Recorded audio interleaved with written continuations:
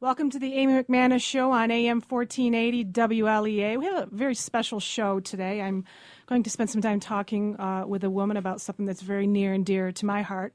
I do want to give you some background on why we're talking about this issue.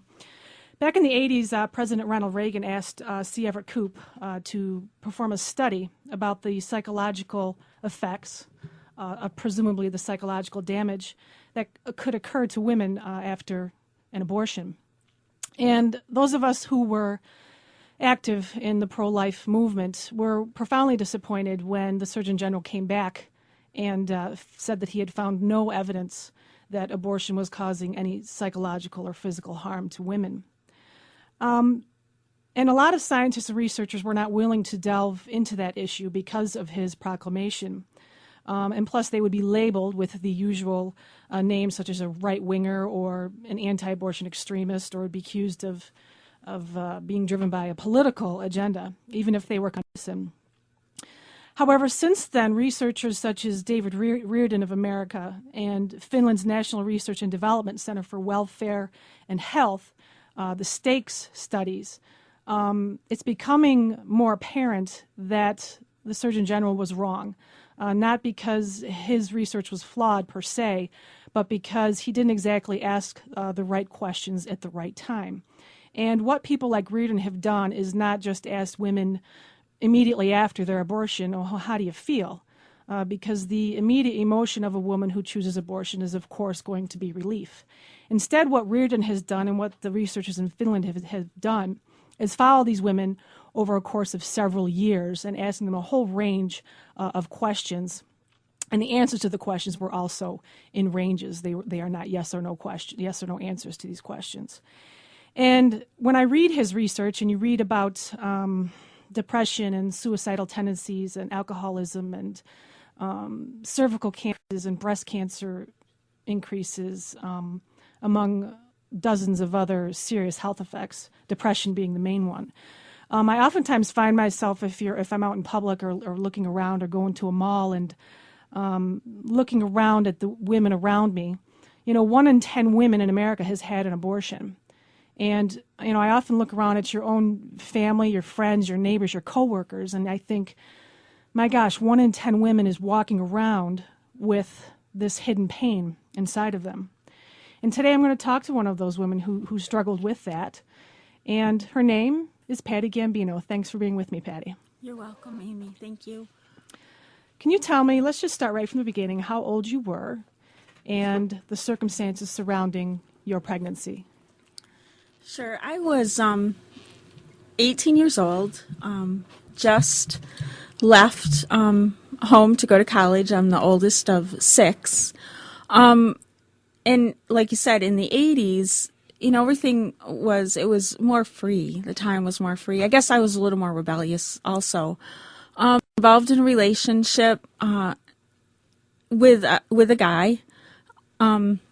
Became pregnant, and I can remember telling him the circumstances I'm pregnant, and his first response was, well, what are you going to do about it?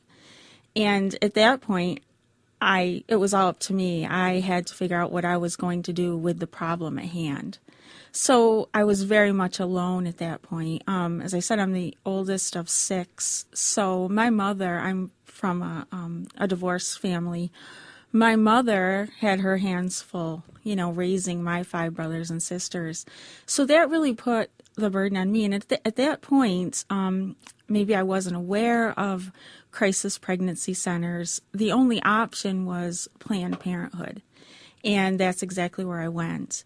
And their only option was abortion.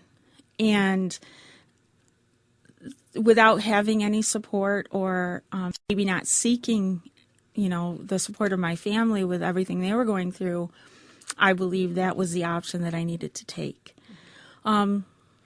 Looking back, I know it was not the right option, but it was the one that I saw at the time. A difficult one now to deal with. It was like a self-inflicted wound that, God has healed me from, but I still have the scar of that wound. If you think, I read recently in one of Reardon's studies that something like 60% of women said that if there was just one person that had sat down with them and said, I'm here to support you if you choose life, please, what do you need? I'll be there for you. That 60% of those women said that they would have changed their mind. Do you think that's probably the case? Yes, I absolutely agree. If you knew there, and I'm sorry, sometimes I do get very emotional still. If one person that would say, I would walk through that with you, you would have done it. Yes, I would say that's very true. Was there anyone in your life at that time that knew you were pregnant and even hinted to you that maybe abortion wasn't a good option? It's funny, I was thinking of that as you had asked me if I would be willing to share my story. The only one that I can remember is a girlfriend from college, and she actually drove me to the appointment. And at that point, they always would give you something, I'm assuming, to relax you. Mm-hmm. And she said to me, you don't have to do this. We can leave here. You don't have to do this. But I think by that time I was so numb to the decision that I just decided I've made this decision. I'm going to. We were sitting in the doctor's office. Now looking back, I think she was trying to save my baby at that point. Mm-hmm. And yes, if someone would have said that to me when I found out, I would have changed my mind now.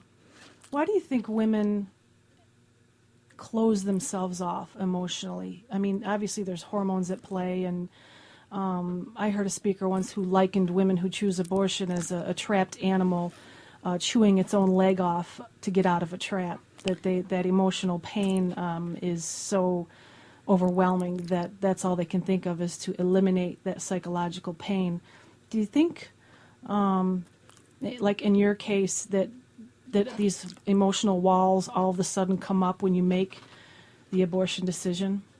Yes, absolutely. At that point in my life, I had what problem, and I was all alone to make that decision. And so you make the decision, and then what happens is, and I didn't realize it till months after my abortion, shame.